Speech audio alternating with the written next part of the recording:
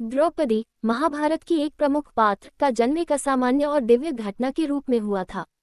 उनके जन्म, विवाह और चीरहरण की कथा विस्तृत रूप से इस प्रकार है। द्रौपदी का जन्म राजा द्रुपद की यज्ञकुंड से हुआ था। राजा द्रुपद को कोई पुत्र नहीं था, इसलिए उन्होंने एक महायज्ञ का आयोजन किया। इस यज्ञ से 2 संतानें प्रकट हुईं, एक पुत्र धृष्टद्युम्न और एक कन्या, जो कि द्रौपदी थी।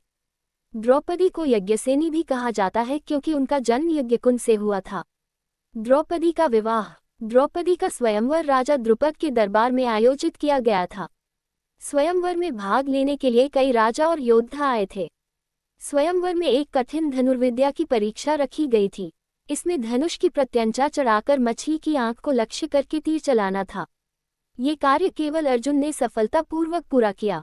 इस प्रकार द्रौपदी ने अर्जुन को अपना पति चुना। हालांकि जब पांडव द्रौपदी को लेकर अपनी मां कुंती के पास पहुंचे तो उन्होंने बिना देखे ही कह दिया कि जो भी लाए हो आपस में बांट लो। कुंती के इस वचन का पालन करते हुए द्रौपदी 5 पांडवों की पत्नी बनी। द्रौपदी का चीरहरण। द्रौपदी के चीरहरण की घटना महाभारत का एक महत्वपूर्ण और अत्यंत मार्मिक प्रसंग है। ये घटना उस समय हुई जब पांडव जुए के खेल में अपना सब कुछ हार चुके थे। युधिष्ठिर ने अपनी पत्नी द्रौपदी को भी दांव पर लगा दिया और हार गए।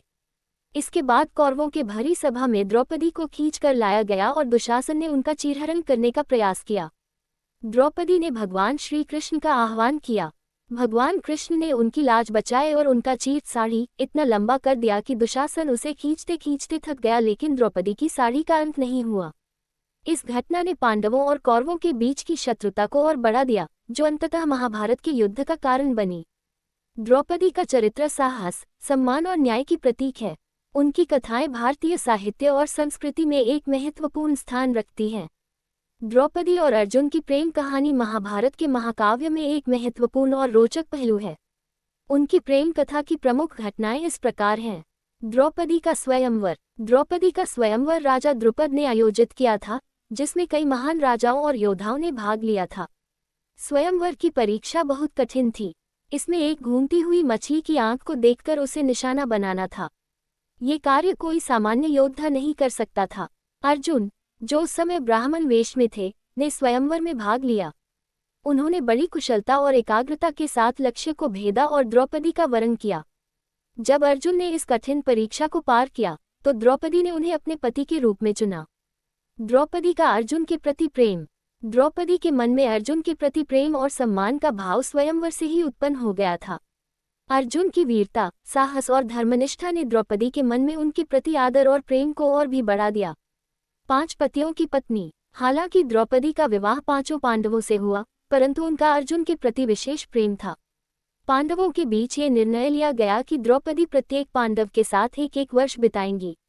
अर्जुन और द्रौपदी का समय विशेष था और उनके बीच गहरा प्रेम था। वनवास और अर्जुन की अन्य शादियां। वनवास के दौरान अर्जुन ने अन्य शादियां भी की। उन्होंने सुभद्रा, कृष्ण की बहन उलूपी, नागन्या और चित्रांगदा से विवाह किया।